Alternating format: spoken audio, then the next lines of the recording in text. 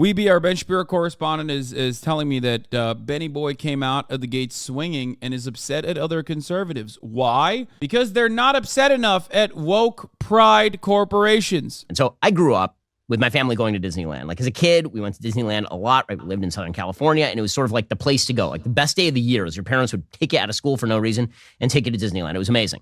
And then when we had kids of our own, we actually had annual passes at Disneyland when we lived in Los Angeles. And so at least twice a month, we'd end up taking a Sunday and going with our very little kids to Disneyland. And then when we moved to Florida, we went to Disney World. And now, over the course of the last 3 years, Disney World, Disneyland, they've decided that it's very important to woke themselves at the behest of people. Like, absolutely nothing has changed. It was gay as back then, and it's still gay as now, okay? It's so stupid. Like, Ben Shapiro, of course Ben Shapiro's a Disney adult. He was like a violinist when he was growing up. Come on, man. He wanted to be in Hollywood. He grew up in California, Los Angeles, folks. The notion that, like, Disneyland has somehow changed their values and is, like, now gay is so dumb.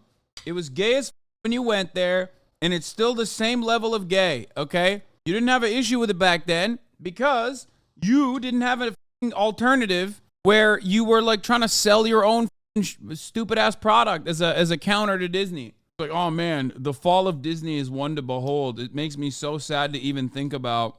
I need someone to hold me. Like, you're an adult talking about Disney, man. They didn't change anything. That is a grift, by the way. That's not a sincere take, for the record, from Ben. Just so you guys understand. There's a difference. Not that it really matters. So this clip has now emerged from Disneyland. There's something at Disneyland called Bibbidi Bobbidi Boutique. Bibbidi Bobbidi Boutique is made for small girls. That's what it's for. Okay, so for small girls to go get made up to look like princesses. We did this for she's now 9-year-old daughter. We did this for my daughter when she was maybe 4 years old. She loved it. It was amazing. When we bought her a dress and they do her hair up like a princess. And it's bro, you're a whole ass adult talking about Bibbidi Bobbidi, dude. What the are you doing? Oh my God, bro. Being mad about the Bibbidi Bobbidi shit is so, like, you are the least serious motherfucker on the planet, dude. It is crazy to me that anyone takes conservatives seriously when they're literally angry about the Bibbidi Bobbidi Boutique. What the is that? I don't even know what that is. Okay, well now, because Disneyland, which used to be a place that actually had a brand, so that brand involved in basically enmeshing you in a fantasy world in which all the people were, if you walk down Main Street in Disneyland, the idea is, well, you were in Main Street 1920s America, right? Same music, cobblestones, like that. That's what it looked like. And when you went into Fantasyland, the idea was it was all princes and princesses. And yes, with gender-specific garb, because anything less would be ridiculous. Well, now they've decided that the personal sexual preferences of their employees take precedence over the brand itself, which, by the way, is brand death. It's ridiculous. Ironic that a Jewish man is like, 1920s America was so fire. Like, not for you. What are we talking about? Now, your individuality has extended to the point where at Disneyland, you can be a man with a mustache wearing a dress in front of small children. So this is tape from Bibbidi Bobbidi Boutique 2023. Again, these are... Folks, it pains me to show this to you. I'm afraid the Bibbidi Bobbidi Boutique has gone woke. I'm sorry.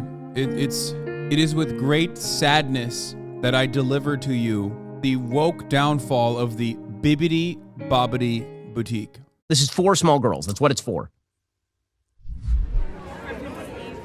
So my name's Nick. I'm one of Fairy Godmother's apprentices. I'm here to shop you around and make all your selections for the day. Nick is a fairy godmother. Nick is a total dude, like wearing a mustache. Like wearing a mustache and guiding small children in there. I'm a fairy god because that's what you want to explain to your 4-year-old. I like that in Ben's world, you're not explaining the 4-year-olds the concept of fairies, but like when one of the fairies is like kind of mask presenting and it was maybe like non-binary, like I don't know. That's the craziness there. It's like, dog, that's a fairy. Did you explain that to your 4-year-old? Like that's where we stop? Like how stupid are you, dude?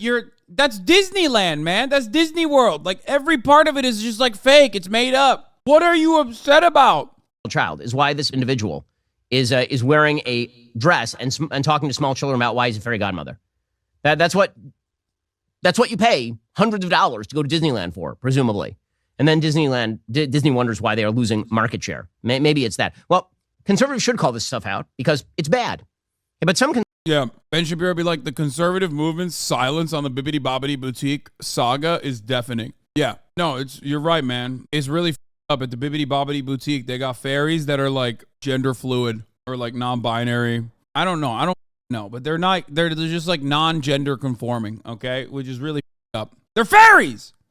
It's fake. Philip Klein, who's an editor over at National Review. I enjoy a lot of Philip's work. I think that a lot of the stuff he says is really intelligent. This is not one of them. So the account End Wokeness on Twitter tweeted out pictures from Kohl's. Kohl's, in honor of the holy month of Pride, has put out LGBTQ Pride gear for small babies, like onesies for small babies with the Pride Progress flag on them. And Philip tweeted out, I don't have a problem with this. If somebody wants to dress their baby in a Pride onesie, why should it matter? We're not talking about transitioning minors here. It's just a shirt. Oh my God. A conservative had a normal take? Wow. He's right. Wow. A sane take? Ben's like, I'm offended. You need to be insane. Did you forget what business you're in? Well, it isn't. It is an attempt to indoctrinate in a philosophy of sexual fluidity a small child. That's what it is.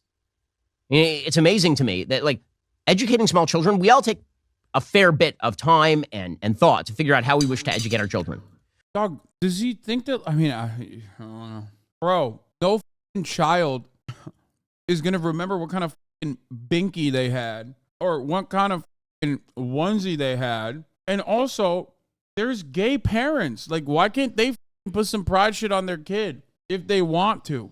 I don't get it. Like, why are you so bent, out of shape over the shit? To pretend that it is a matter of absolute moral apathy, whether a small child, like a baby, is wearing a trans flag, and that has nothing to do with the future trajectory of the child. It will be just a giant shock if that kid experiences sexual confusion as the kid gets older. It'll come out of nowhere. No, I'm not. It is not a matter of moral apathy, morality that is taught to the children of this country. That is not a matter of moral apathy to me. I think it is an active evil to teach small children that boys can be girls and girls can be boys. That is not a matter. It's an act of evil to say gay and trans people exist. Yeah. Matter of apathy. And the gear that you wear is, of course, associated with that. Everybody recognizes this. Whatever gear you wear. If your child is wearing a piece of religious iconography, you can presume that the parents are going to teach a religious philosophy to that child. If a child showed up at school wearing a Taliban flag, you can assume something about the parents and what that kid is going to be indoctrinated into. And if the kid shows... Yeah, they're going to have a based-ass kid, dude. That's metal as... That happens all the time, by the way. Parents are always dressing up their children with the Taliban flag. Like, what are you saying, dude? I do think it's funny that, like, he compares religious iconography to the Taliban flag, which is a fundamentalist group of individuals that are running a nation. And their way of existence is infinitely closer to what Ben wants for America. So I guess that's what he means by that. Up at school wearing a trans flag, or it's a baby wearing a trans flag, you can figure out exactly what the parents are going to indoctrinate into that child. Corporate America taking advantage of that with the certain knowledge that Republicans are going to be apathetic. That's how they've been able to win for so many years. Well, now Republicans are pushing back, and it's fascinating to see who is deeply uncomfortable with all of this. Win what? So David French, who again, I'm. What are they winning? What are they winning? Like, what is corporate America winning? What's the victory? They're just like making sales. What are they winning? What's the victory here? Like, what's happening? They're winning the hearts and minds of babies, brother. You don't understand. They're winning. They're winning something. I don't know what it is, but they're winning. I'm sorry, but like, if you're mad about a goddamn t-shirt and that's what your commentary revolves around, you're an unserious person, okay? You're a deeply unserious person. People used to love dunking on hysterical college freshmen that would get mad at shit like this from the left. Ben Shapiro himself has probably cut infinite amounts of videos about, like, look at how hysterical these people are. Look at how silly these woke SJWs are. Look at the cancel culture. Bro, this is significantly worse than that, okay? It is significantly funnier than that because you're a whole ass adult. Like, you're wearing a suit while you're complaining about the Bibbidi Bobbidi shop or whatever the it's called at Disney, dog. That's insane to me. You're like a very unserious, sick pervert. It's ridiculous. You cannot exist in society, man. You just can't. Titled, Will DeSantis Destroy Conservatism as We Know It? Now, this is absurdity. It's just absurdity. And it's of a piece with pretty much everything that David is now writing for the New York Times these days. The last few pieces are things like, the right is all wrong about masculinity. Shrieking on Twitter is not a masculine virtue. Or... wait, he's right. He's literally correct. He's so mad because this dude read him to filth, okay? I say this all the time. You think you're some big masculine alpha dog? You're posting on Twitter. It's the gayest soy thing you can do. Shut the up, okay? You're just as gay as the rest of us, motherfucker. You're not doing some masculine alpha dog shit because you're shrieking about a baby's binky. That's crazy, man. Yo, you know what's alpha dog shit, dude? Back in the day, men used to die in wars. Nowadays, the conservative movement can't even do a hate crime right. They're just literally like crying about babies' t-shirts and binkies and shit, dude, on Twitter. Wow, so masculine, dude. So mask. A guilty ex-president, E. Jean Carroll, wins her suit against Donald Trump for sexual abuse and defamation, or Tucker Carlson's dark and malign influence over the Christian right, or Disney versus DeSantis. How strong is the company's lawsuit? So, in other words, David's beat at the New York Times is to tell liberals everything they like to hear, but guised in the language of conservatism and from the most pure possible perspective of what. No, what that dude is doing is like actually insane. He's looking at the modern conservative movement and saying, hey man, maybe focus your culture war shit on like something else, because this stuff makes us look weird and toxic to the average voter. That's what he's saying. What conservatism could possibly be. And so the idea now is that he suggested that Trump was a particular danger to conservatism. So dangerous that not only did he not back him in 2016, he also wouldn't back him in 2020. Okay, so again, the conservative movement was being damaged by Trump. Now he's moved that to include Ron DeSantis, the only rival to Trump, who's within spitting distance of him in a primary. And the reason that he's upset with Ron DeSantis, presumably. It's so funny because Ben Shapiro said the exact same thing. And it's kind of the reason why he's like trying to back Ron DeSantis as best as he can right now. You're mad that some dude wrote the exact same thing you've said so many times about how Donald Trump is destroying the conservative movement, until you literally were like, okay, never mind, he's the president, so or he's the Republican candidate, so we have to push for him. And not only that, but also you have talked about, in some respects, you were one of the only sane voices about the the red wave that was supposed to come in the midterms that never came, where you openly admitted that like some of the culture war stuff was maybe a little too much, that we were looking a little too toxic to like the average person. Which, by the way, Ron DeSantis is like that too. He's like, he does civility, but his legislative agenda is ironically identical to those psychos that you farm on a regular basis. In order to truly understand what DeSantis is doing on the corporate front, you have to understand the dirty combination of Democratic Party politics and corporate America cramming down politics on Americans via the market mechanism, which is, in fact, what is happening. And when DeSantis goes after Disney and removes their special tax benefits, that, in fact, is not a betrayal of conservatism. The special tax benefits shouldn't be given to corporations anyway. It is I hate that the only time there's any kind of like corporate regulatory mechanism from the government is like at the behest of like Republicans because they're doing reactionary culture war shit. But ironic that he's like upset about this, you know, being the free market libertarian he's supposed to be. But also doubly ironic because, like I said, Republicans have cultivated an environment that is straight up hostile to any sort of corporate regulation. Okay? My point is this. Republicans have basically farmed and groomed their base of support into absolutely despising corporate regulation. So if you're like actually going to engage in some level of corporate regulation, the capitalist media is going to rip your asshole. Okay? The Republican base is going to say, okay, you're going a little too far. And most importantly, even like people within the party infrastructure are going to start getting mad. That's why when you ask nationally prominent Republicans, even people like Rick Scott, who is a straight up demon, Florida's very own lizard person, even he's like, not the best thing that Ron DeSantis is doing. I hope we can get to the table and arrive at a conclusion. So, you know, Ben, in a weird way, is so invested in his own like revenue streams where he's providing anti-woke alternatives to whatever the mega corporations are selling, that he's kind of shutting down. Like he's kind of actually hurting the chances of like the Republican Party, which already is in a really self-defeating place because of all the gains that they've made